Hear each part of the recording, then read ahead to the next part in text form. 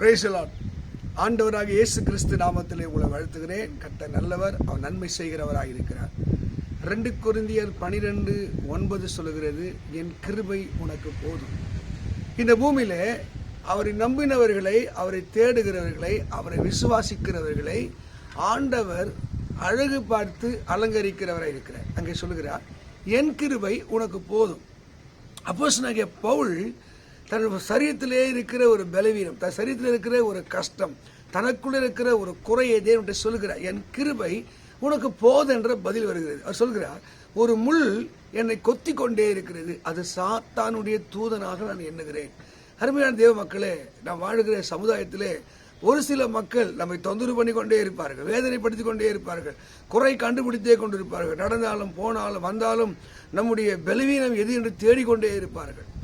ஒரு சில மக்களுக்கு நம்ம துன்பம் வந்தால் அவர்களுக்கு சந்தோஷம், நமக்கு நஷ்டம் வந்தால் அவர்களுக்கு சந்தோஷம். அருமையான தேவ மக்களை, ஒருவேளை நம்ம பிறந்த சூழ்நிலை, நம்ம இருக்கிற இடம் அது நமக்கு சாதகமாக இருக்காது. அதை நினைக்கும் போது ஏன் இந்த பாடு, ஏன் இந்த வேதனை புலம்பக்கூடிய நிலை. ஆனால் இறைவனை நம்புகிற மக்களுக்கு, அவரை சார்ந்து வாழ்கிற மக்களுக்கு தேவனிடத்தில் வருகிற நேரடியான பதில் என்னவென்றால், என் கிருபை உனக்கு போதும், உன் பலவீனத்திலே என் பலன் பூரணமாக. நம்ம பலவீனம் நிறைய இருக்கல, வீக்னஸ், நம்ம வீக் பர்சனாலிட்டி, நம்ம குணத்தில் வீக்னஸ். திடீர்னு கோவப்படுவோம், திடீர்னு புறம் பேசுவோம், குறை பேசுவோம், இல்லைனா பழிவாங்க நினைப்போம், மன்னிக்காத நிலையா இருப்போம். இது குணாதிசயத்தில் இருக்கிற பலவீனங்கள். ஒரு சில சரீரத்தில் பலவீனம், அவங்க சரீரத்தில் ரொம்ப வீக்காக இருப்பாங்க, வியாதியாக இருப்பாங்க, சரீர அவயங்களிலே சில குறைபாடு இருக்கும், பலவீனம். எதெல்லாம் நமக்கு பலவீனமாக நம்ம நினைக்கிறோமோ, ஆண்டவர் சொல்றார், உன் பலவீனத்திலே என்னுடைய பலன் அது பூரணமாக விளங்கும். இதை நம்ம நம்புவதற்கு நமக்கு திராணி இல்லை. ஆனால் நம்பும் போது கடவுளுடைய பலனும் கிருபையும் நம்மை சூழ்ந்து கொள்வது என்பதில் எந்த சந்தேகம் இல்லை. கர்த்தருடைய மக்களே, ஒருவேளை குறை பேசிக்கொண்டிருக்க, பொருளாதாரத்தில் தாழ்வாக இருக்கிற, ஆவிக்குரிய வாழ்க்கையில இன்னும் நீங்கள் வீக்காக இருக்க, எனக்கு பின்னாடி வந்தாலும் நல்லாயிட்டான், முன்னேறிட்டான், ஆசுவதமாக இருக்கிறான், ஜெயமாக இருக்கிறான், இன்னும் என் வாழ்க்கையில் ஒரு மாற்றமில்லை என்று புலம்பிக் கொண்டிருக்கிறாயா? கர்த்தருடைய கிருபை போதும். கிருபை இன்றைக்கு பல விளக்கங்கள் உண்டு. தகுதி இல்லாத கொடுக்கிற ஒரு தகுதி, இறைவனுடைய கருணை, இறைவன் மனிதன் மேல் வைத்த அன்பு, ஆண்டவர் உங்க மேல ஒரு அன்பு வைத்தா, கிருபை வைத்தா.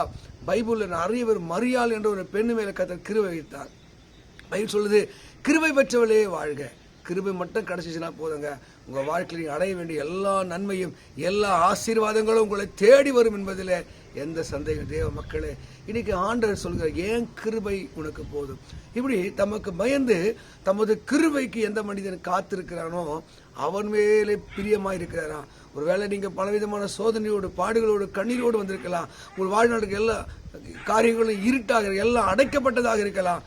ஆனால் இறைவன் சொல்லுகிற மகா பெரிய சத்தியம், தனக்கு பயந்து தமது கிருபைக்கு காத்திருக்கிற மேலே தேவன் பிரியமாக இருக்கிறார். தேவ மக்களே, உங்க கண்ணீர் மாற வேண்டுமா, உங்க வேதனை மாற வேண்டுமா, உங்க நெருக்கடியிலிருந்து விடுவிக்கப்பட வேண்டுமா, கிருபையாயிருக்கிற தேவனை நீங்க நம்புவீர்கள் என்றால் உங்க வாழ்க்கை வெற்றியின் பாதையிலே செல்லும் என்பதிலே எந்த விதமான சந்தேகம் இல்லை. அவன் கிருபை என்பதுன்னா இறைவன் மனிதனுக்குள்ளே இருந்து செயல்படுவது, இறைவனுடைய கருணை நேரடியாக வருவது. இப்போ நோவாவுக்கோ கர்த்தருடைய கண்களிலே கிருபை கிடைத்தது. நோவா ஸ்பெஷல் என்ன பண்ணிட்டாரு? நோவா என்ன செஞ்சு ஒன்றுமே இல்லைங்க. ஆனால் அவர் வாழ்ந்த காலத்திலே நீதிமான உத்தமனாக இருந்தபடினாலே அந்த கிருபை செயல்பட்டது. நம்ம கூட வாழ்கிற மக்கள் மத்தியில் வியாதி இருக்கலாம், நெருக்கடி இருக்கலாம், பாடுகள் இருக்கலாம், சத்துருக்கள் இருக்கலாம். நீதிமானும் உத்தமனமாக இருக்கும்போது, அவருக்கு பயந்து வாழும்போது, அவருடைய கிருபைக்கு காத்திருக்கும் போது கர்த்தர் கண்களில் நம்ம ஒரு தயை கிடைக்க மாத்திரம் இல்ல, ஒரு பேழை வைப்பார், ஒரு பாதுகாப்பை வைப்பார்.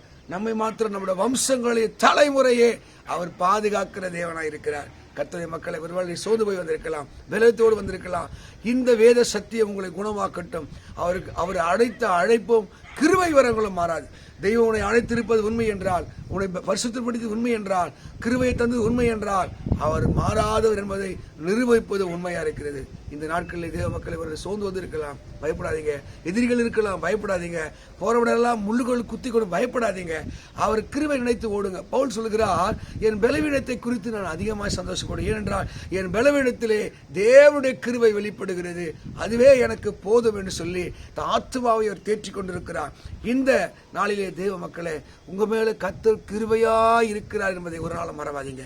அவர் கிருபையாக இருக்கிறார். கர்த்தருடைய கிருபையை பெற்றவர்களை சொல்லு பாக்கியவான் சொல்கிறது. நீ கிருபை பெற்றிருக்கிறீங்க. உங்களுக்கு கஷ்டத்தை கண்ணீரை பார்த்து நீங்க பெற்ற கிருபை இழந்து போகாதீங்க. இதுதான் யோனா ஆண்டவர் சொல்ற வழியை விட்டு தூர போனான். அவன் இஷ்டத்துக்கு போனான்.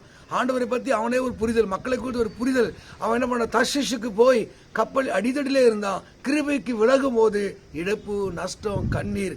ஆனால் கர்த்தர் மீனை ஆயத்தம் பண்ணி அவனை மீன் வயிற்றிலே பத்திரமாய் 3 நாள் பாதுகாத்து அவனை அழைத்து வருகிற போது அந்த கடல் ஆடியிலே, அந்த நெருக்கடியிலே யோனா சொல்லுகிறான் 2:8 யோனா, பொய்யான மாயை பற்றி கொள்கிறவர்கள் தங்களுக்கு வரும் கிருபையை போக்கடிக்கிறாங்க. உங்களுக்கு கிருபை நீ போக்கடிக்காதீங்க. உங்களுக்கு கொடுத்த வரங்களை போக்கடிக்காதீங்க. உலகம் அப்படிதான், ஜனங்கள் அப்படிதான். ஆனாலும் தேவன் அழைத்தவர் உண்மை உள்ளவராக இருக்கிறார். இதே எபிரேயர் 12:15 வாசிக்கும் போது, யாதொரு கசப்பு வேர் முளைத்து உங்கள் கிருபையை இழந்து போகாதபடி. கசப்பு, வைராக்கியம், எரிச்சல், கோபம், இவன் இப்படி அவன் அப்படி எதுவுமே தேவையில்லைங்க. இறைவனை, தேவனை சார்ந்து வாழ்ந்து பாருங்கள்.